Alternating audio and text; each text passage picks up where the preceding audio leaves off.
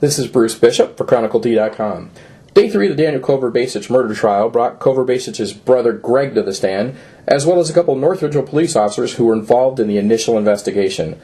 Officer Ryan Young got on the stand and relayed some of the conversation he had with Kovarbasich's brother Greg while waiting several hours for a search warrant to be obtained from Cleveland.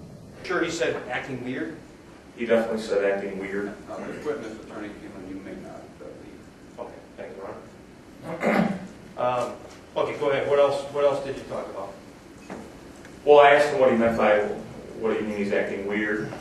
And he really didn't give a great description of this weird behavior. He said he's just a weird guy.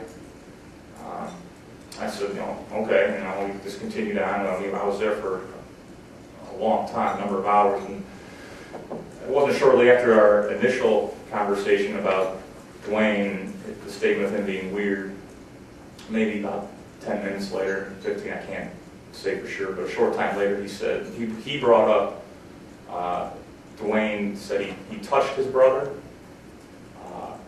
Daniel, and I asked him to explain that. He said, go ahead, I'm sorry. Oh, and he said, well, I know.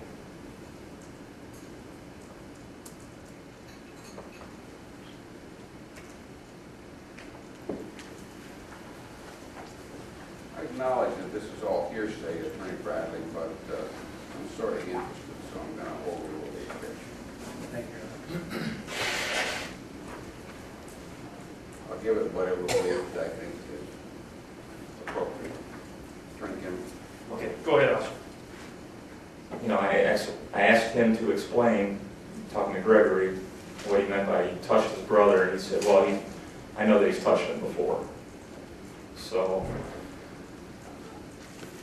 I was curious about that, and Gregory followed by saying that Dwayne even asked him if he would like to make a porno with him, and that, meaning Gregory. And I remember I immediately asked, I said, well, have you ever talked about this with your parents?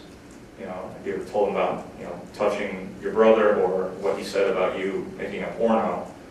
And he said, I told my parents that he was a weird guy, but I never told them that about the porno. The second half of the afternoon was spent looking into evidence recovered from Hurley's computer, including examples of the thousands of images stored on the computer, including pictures that appeared to be underage boys participating in graphic sexual acts.